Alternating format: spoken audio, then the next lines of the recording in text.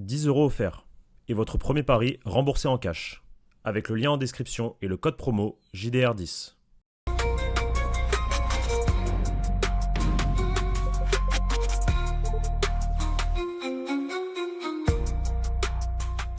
Les amis, bonjour à tous ou bonsoir à tous. Je ne sais pas quand est-ce que vous allez regarder cette vidéo. Je ne sais pas non plus quand est-ce que je vais la sortir. Mais en tout cas, on a des informations encore un peu dans la continuité de la vidéo de ce matin ou de hier matin. Tout dépendra quand est-ce que sort cette vidéo. Je ne sais pas si ça sera samedi soir ou dimanche.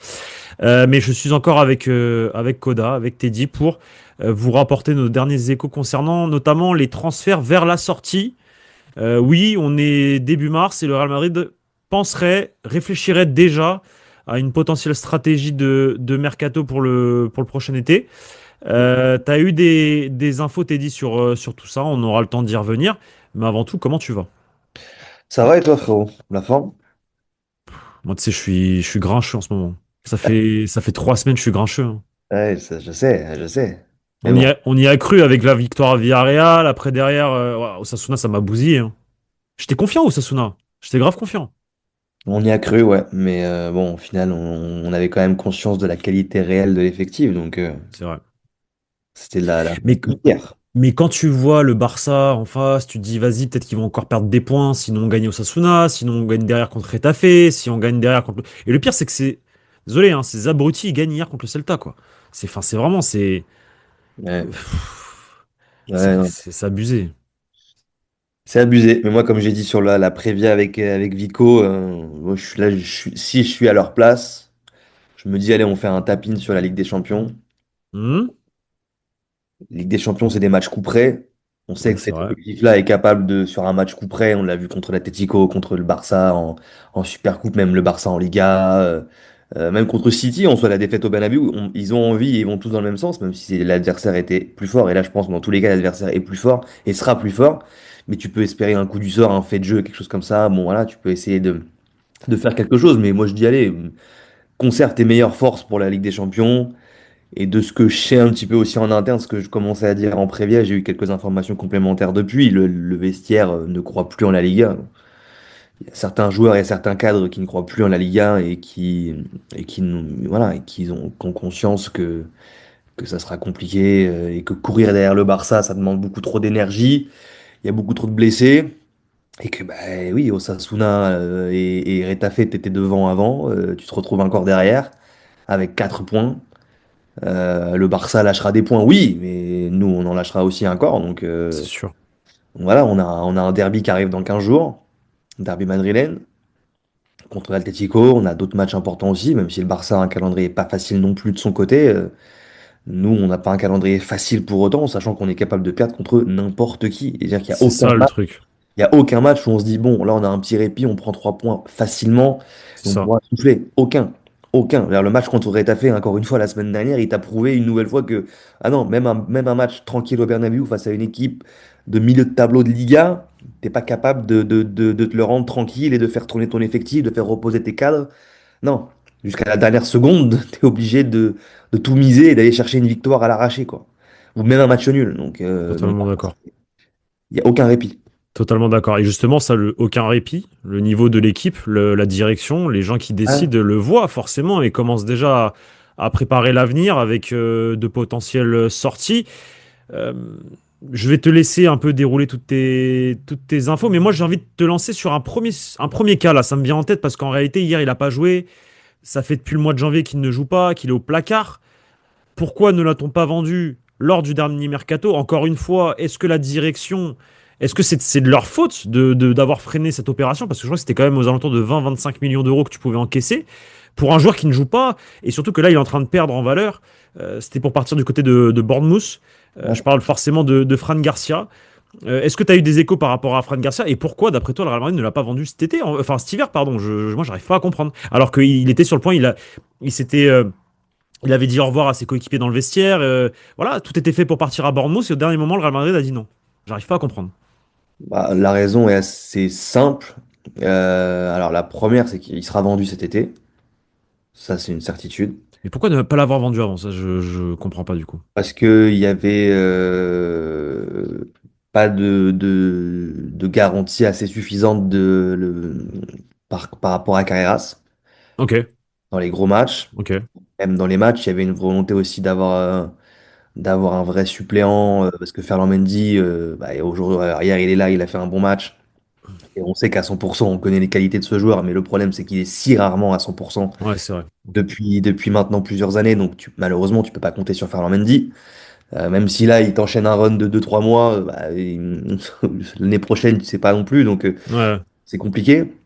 Et il fait partie des indésirables aussi au Real Madrid, où le Real cherche une porte de sortie, même si là, pareil, erreur de la direction, tu l'as prolongé jusqu'en 2028 l'année dernière. Et tu l'as pas respecté parce que t'as pas annoncé sa prolongation. Ça, Et c'est une tu dinguerie l'as, aussi. et tu l'as pas annoncé d'ailleurs, comme Brahim, ça n'a pas été annoncé officiellement, Brahim. Ibrahim, c'est pas encore officiel, hein.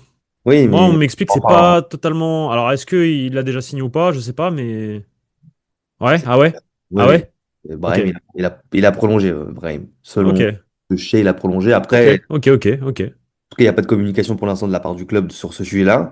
Mais Fran Garcia, oui, Fran Garcia, on a voulu le garder parce que bah, beaucoup de blessures, parce que bah, tu as changé d'entraîneur et parce que peut-être que Arbeloa a dit, bah non, moi, gardez-moi tout l'effectif. T'avais pas envie de mouvement, tu avais envie de garder tout le monde. Et voilà. Et tu as clairement frustré le joueur. Mais ça va pas plus loin, c'est assez simple hein, finalement. Blessure, t'as pas une confiance énorme en Carreras. Preuve en est, parce que Ouais, il y a déjà des infos qui circulent. Le lendemain du match contre le Celta où Arbeloa penserait à titulariser donc Ferland Mendy contre City et pas Carreras. Donc ça veut dire que Carreras, en fait, il est encore loin de faire bien imité parce que s'il il se fait piquer la place par un mec qui est à l'infirmerie depuis 1 an et demi et qui est plus fiable physiquement, bah, c'est qu'il n'y a pas une confiance totale en Carreras. c'est vrai. Donc voilà, ça prouve qu'ils ont voulu garder Fran pour essayer de garder malgré tout du nombre à ce poste-là, quoi. Bon, les noms de la direction des gens qui décident d'un point de vue transfert pour les sorties, tu me les as exprimés en off. On en fait une vidéo parce que ça me paraît important d'expliquer quelle serait la potentielle stratégie du Real Madrid pour l'été prochain dans une optique d'amélioration d'effectifs, en tout cas on l'espère. Premier gros dossier, du coup, les fins de contrat.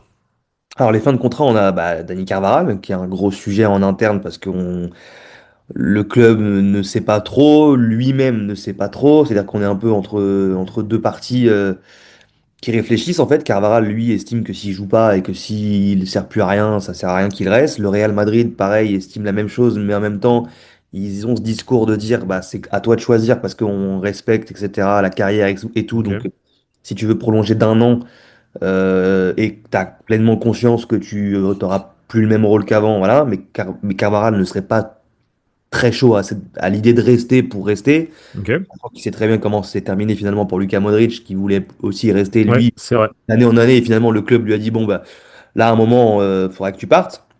Donc Carvajal veut que ce soit sa décision. Entre nous, entre nous, pourquoi faudrait qu'il parte l'année dernière? Pourquoi fallait qu'il parte plutôt? Qui ça? Entre nous, Carvajal? c'est entre nous, Modric. La saison passée, quand on lui dit pourquoi, enfin, il faut que tu partes, là, maintenant, c'est maintenant, il faut que tu partes. Et on lui force un peu le pas pour qu'il sorte. Parce que... C'est quoi son numéro dans le dos? Ah oui, oui. Bon. Ouais. Entre nous, Après ça, oui, c'est des sujets marketing. entre nous, Les voilà. marques, évidemment, Voilà, numéro 10 voilà. de Mbappé, oui, oui, ça fait partie de. Bah, c'est un naming KM10 maintenant. Ah ben bien sûr, mais que c'était en équipe de France ou au Real Madrid, évidemment, c'était un objectif. Après, bon, c'est pas la seule raison, hein, attention. Non, c'est pas la seule Mais raison, ça mais fait faut le partie de. dire, Ça fait voilà, partie de. voilà. Forcément, tu prends des maillots, le numéro 10 du Real, le numéro 7 de Vini, donc forcément, tu Mm. vends. Et que ça, il y a évidemment des enjeux financiers derrière ça. Mais oui, Carvajal, en tout cas, lui, il veut être maître de sa décision. Et là, c'est pas de l'info, c'est mon avis. Je pense qu'il partira à la fin de la saison. Ok.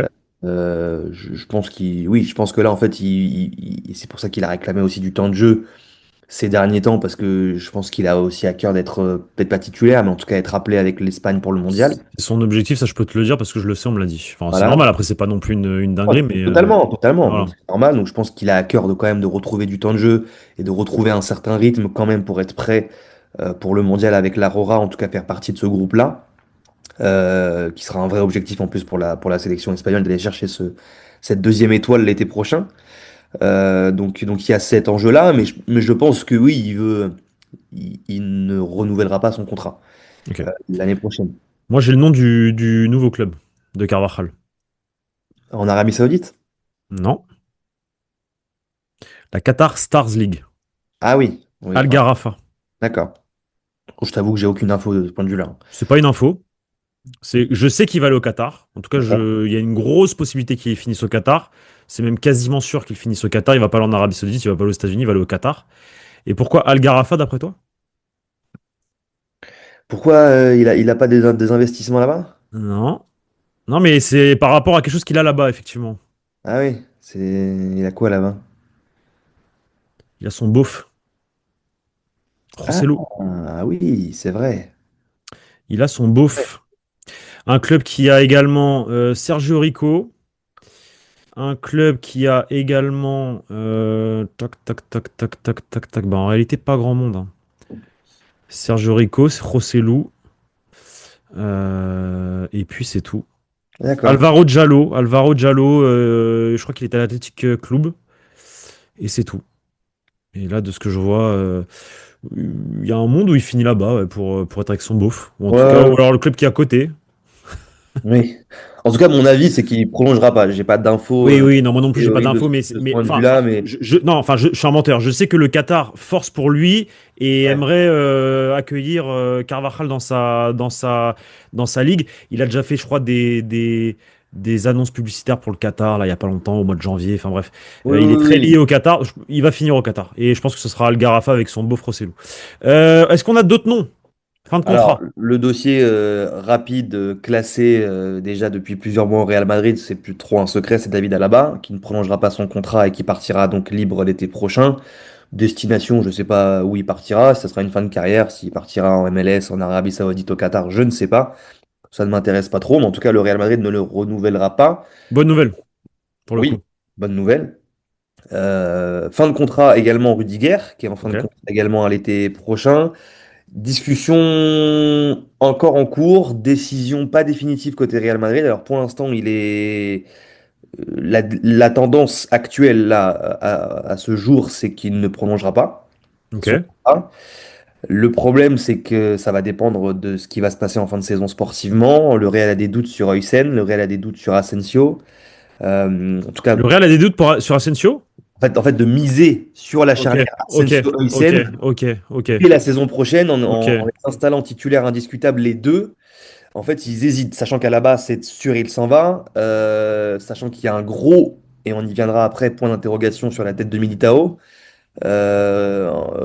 Rudiger, en fait, on hésite à le prolonger d'un an, et ça va dépendre, ça va dépendre. À l'instant T, il prolonge pas, mais ça va dépendre Tout des. dépendra. Voilà, donc ça, Et c'est pour les. aussi, je suppose que tout dépendra de si on arrive à choper un joueur en fin de contrat ou recruter quelqu'un en défense Voilà. centrale Bon, ou. Ok. aussi des options qu'on a, qu'il y a sur le marché pour le prochain mercato, et ça dépendra aussi peut-être du futur entraîneur du Real Madrid. Mais il faudrait, voilà, il Oui, faudrait peut-être que le prochain oui, entraîneur du Real Madrid ait son mot à dire. Et c'est peut-être pour ça que ça, c'est bien comment dire, que Klopp arrive en cours de saison, en fait, au mois d'avril ou au fin avril. Comme ça, au moins, il peut commencer déjà la stratégie pour la saison prochaine. c'est En ça. vrai. Comme Zidane qui vient après Solari en milieu de saison, et finalement l'année suivante, tu gagnes la Liga avec une équipe cohérente, et bon, tu te fais battre par City en Ligue des Champions, notamment à cause de la commotion cérébrale de Varane ce jour-là, malheureusement, C'est vrai.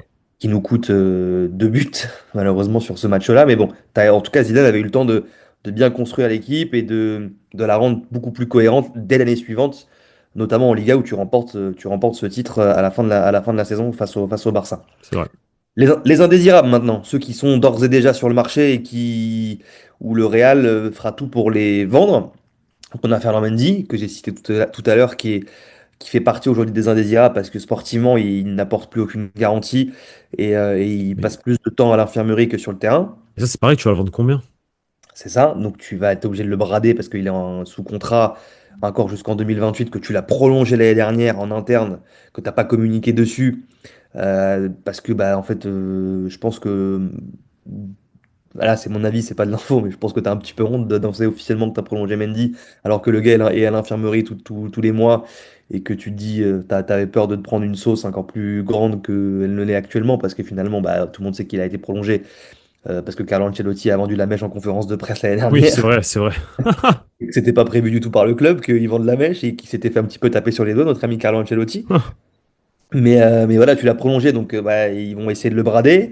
Fran Garcia, on l'a évoqué aussi, ils vont le vendre cet été. Et Dani Ceballos, qui fait partie aussi des indésirables et des joueurs qui seront vendus l'été prochain. Problème, c'est que là, pareil, il y a un contrat et que Ceballos, lui, ne serait ouvert qu'à partir qu'au Betis. Ouais, c'est vrai. Parce Ça, je qu'on confirme. le Real avait plusieurs options, notamment l'option de l'OM l'été dernier, où l'OM, les discussions étaient très avancées avec Benassia, avec le Real pour le faire venir à l'OM cette saison, après le départ d'Adrien Rabiot. Et finalement, les discussions ne se sont pas conclues, puisque le clan de Ceballos a rompu toute Pourquoi?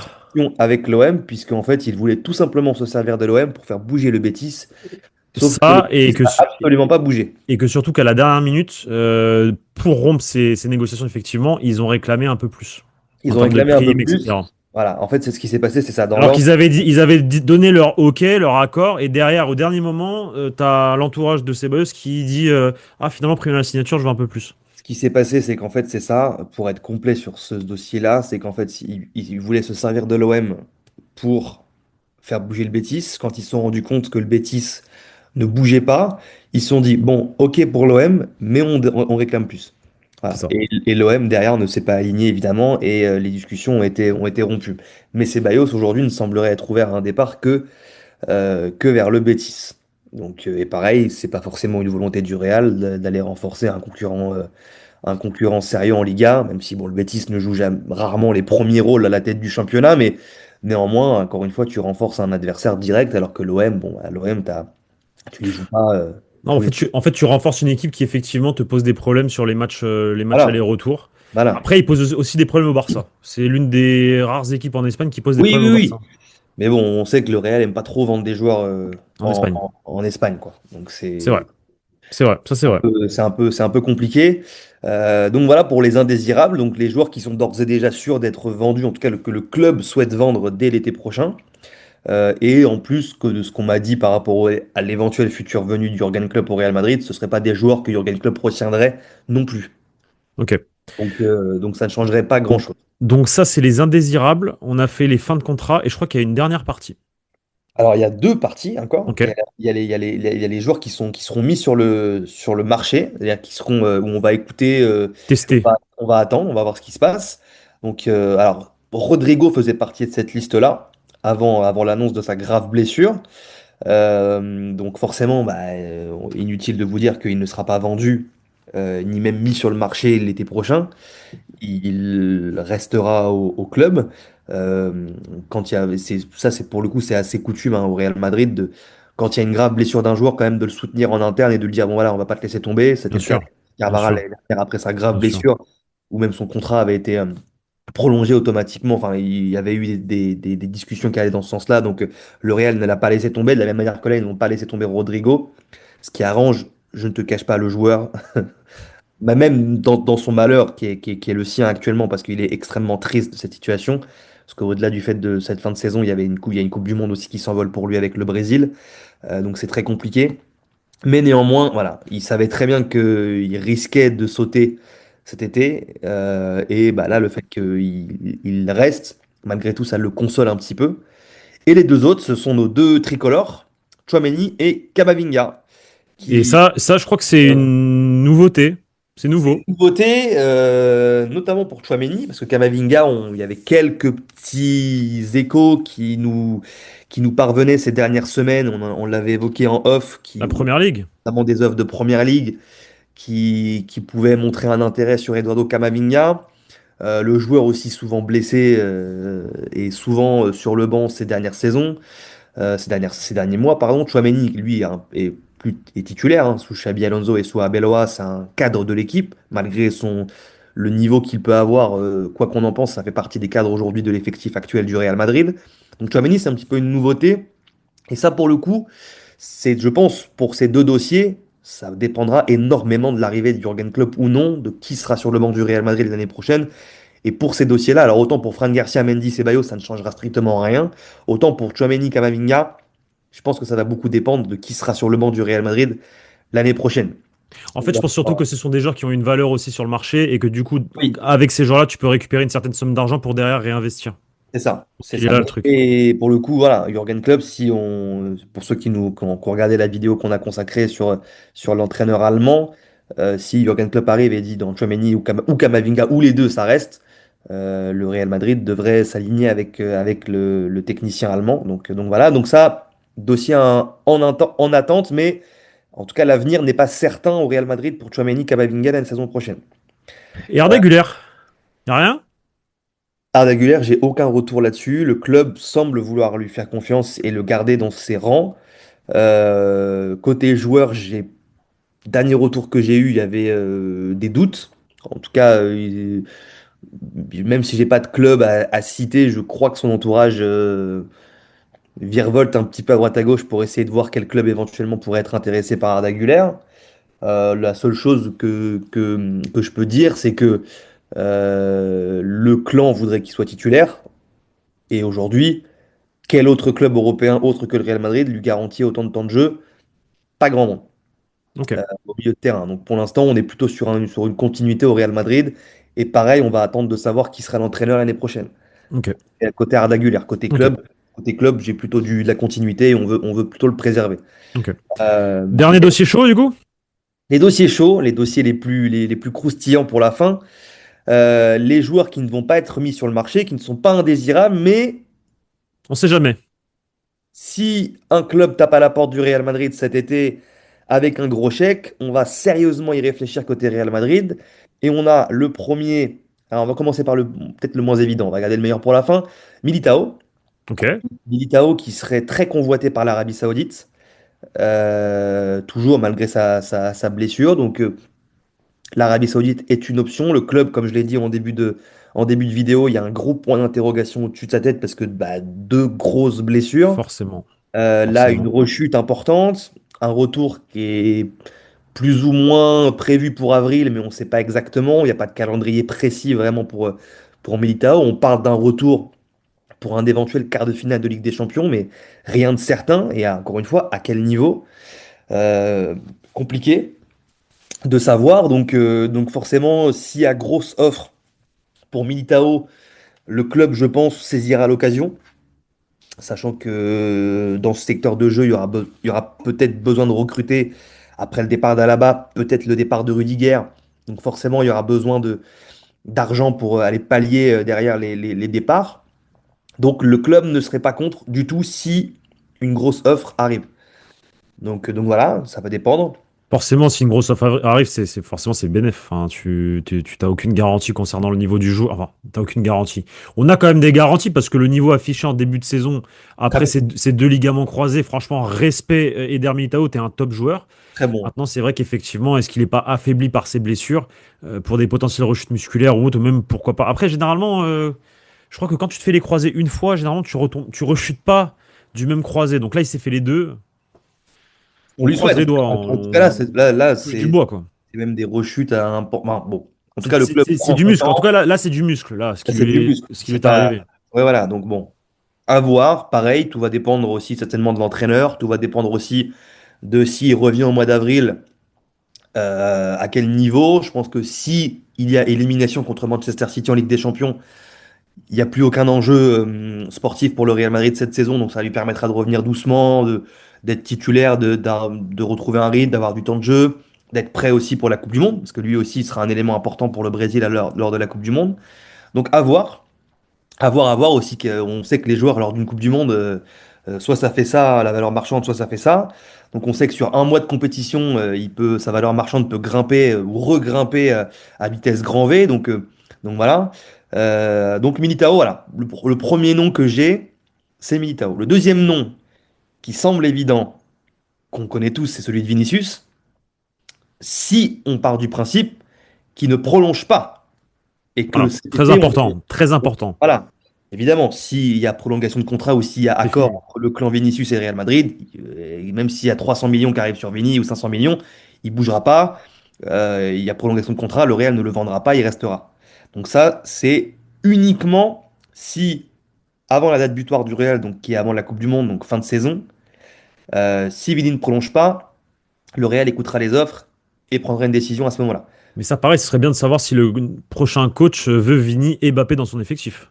Ça aussi, dans tous les cas, quasiment sur tous les cas, hein, sauf sur les indésirables, ça va être le coach C'est qui va ça. aussi décider et ça va dépendre de ça. Et donc le troisième, qui est un peu moins évident et on m'a soufflé son nom à plusieurs reprises dans les grosses offres acceptées. Attends, j'ai plus son nom. Tu me l'as caché? Non, non, je te l'ai noté. Tu me l'as noté? Mhm. Waouh. C'est qui? C'est Jude. Putain, wow, ça, c'est une dinguerie, ça. C'est Jude. Ça, c'est Euh, une dinguerie, ça. ouais, c'est Jude. C'est Jude Bellingham qui est Putain, dans. je l'avais pas. On m'a soufflé son nom plusieurs fois. Et parmi les joueurs, alors pas indésirables du tout, hein, attention, Non, il est pas indésirable, mais c'est pareil. ouais, C'est tout, il tout n'est pas sur le dépendra marché. de. Ouais, Et tout dépendra d'un entraîneur aussi. Si tu as un entraîneur qui arrive et qui dit, écoute, moi je veux remanier mon milieu de terrain, bah, si t'as plus de 100 millions qui arrivent sur Bellingham, tu peux racheter deux joueurs et tu peux refaire un milieu de terrain cohérent à l'idée du nouveau coach. Donc il fait partie des joueurs qui, ici, a grosse offre, mais bon, pour l'instant, joueur blessé, joueur qui ratera ou pas la Coupe du Monde, pour l'instant, il y a un gros point d'interrogation aussi de ce point de vue-là. Donc, un niveau qui est très compliqué cette saison. Donc, je vois pas pour l'instant dans quel monde il y a un club qui va mettre plus de 100 millions d'euros sur Bellingham l'été prochain. Bon, il fait partie des noms. Peut-être aussi que c'est une stratégie de le mettre dans cette catégorie-là pour lui faire bouger un petit peu les fesses et le remotiver, le rebooster un petit peu. En tous les cas, moi, du point de vue du joueur, j'ai eu des retours du point de vue du joueur. On ne veut pas entendre parler d'un départ. Lui, là, il est très affecté par sa blessure et il essaye de revenir le plus vite possible. En tout cas, il va être très déterminé quand il va revenir de sa blessure. Après, on verra sur le terrain ce que ça donne, hein, comment ça va se traduire. Mais en tout cas, lui est très motivé à l'idée de revenir et il attend que ça. Là, il commence un petit peu à s'embêter et maintenant, il connaît assez bien Madrid, donc il aimerait bien retourner sur le terrain. Donc ok. voilà. Donc voilà. Donc on veut pas entendre parler d'un départ côté joueur, côté club, on n'a pas non plus envie de se séparer de Jude Bellingham. Ça reste quand même une top star, quelqu'un qui est important pour les sponsors, Adidas. pour le club, Et les Adidas, gérés Adidas, hein. égérie Adidas, etc. Donc il y a beaucoup de choses sur Bellingham. Donc c'est pour ça que je le mets en dernier parce que bon, Ok. en soi, il n'y a pas de, on va pas vous me raconter d'histoire. Il y a très peu de chances que Bellingham ne soit plus au Real Madrid l'été prochain. Mais il y a peut-être une volonté de la part du club de lui dire, hey, bouge-toi un petit peu les Bouge-toi un fesses, peu, bouge-toi un peu. remets-toi dans les rangs et t'es pas indispensable. Il y a personne qui est indispensable ici au Real Madrid. Donc remets-toi à l'endroit et joue et sois performant. Et Valverde, Ah, Valverde, j'ai rien sur Valverde. Valverde, ça moi je reste sais, moi, des moi, trucs je, moi, je sais rituels. que, moi je sais que Valverde, intérêt très très très prononcé, très très fort de la Première Ligue depuis 2 ans. La première ligue, Et, oui. et Ouais. Valverde, il a dit non à la Première Ligue la saison dernière également, lors du dernier mercato. Et ce qui se passait avec Xabi Alonso, moi je sais qu'on me soufflait à l'oreille qu'effectivement Valverde il était tendu parce qu'effectivement il avait dit non à la Première Ligue et que là par rapport à Xabi Alonso, ce qui se passait en interne, etc., il n'était pas content et qu'il commençait pas à regretter mais à se dire bon, voilà, je suis peut-être arrivé à une finalité, à une fin en soi. Bon, je pense que ça s'est amélioré depuis, ça se voit sur le terrain, son visage est beaucoup plus souriant, etc. Mais je pense qu'il va falloir s'attendre à un forcing encore une fois de la Première Ligue pour Valverde et à voir ce que Valverde répondra du coup. Moi, Valverde, on parlait de Liverpool en première ligue. Ouais, pareil, pareil, pareil. Mais pareil, je pense que si demain il est sur le marché, t'inquiète pas qu'il y aura Manchester United, Chelsea, Liverpool, City, tout le monde sera sur le dossier. Mm. Tout le monde sera sur le dossier. Écoute, je crois que c'est assez complet, hein.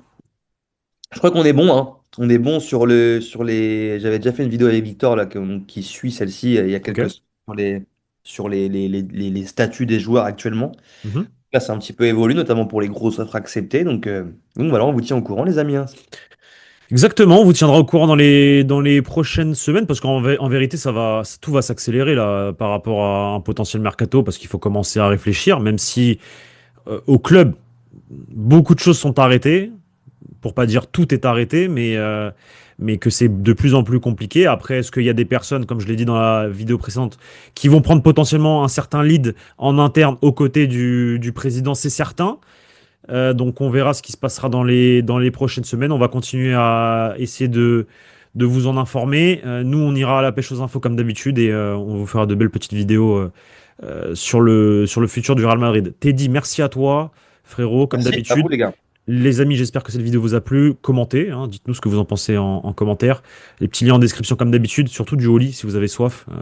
Ah oui, important. Teddy adore le Oli, donc Ah oui, oui, là voilà. j'ai reçu en plus, Victor Brochet m'a envoyé, les gars, je vais vous dire que je bois, hein. Donc n'hésitez pas à commander du Oli et on vous dit à très vite pour une nouvelle vidéo sur la chaîne YouTube Journal du Réal. Ciao les gars! Ciao, les gars.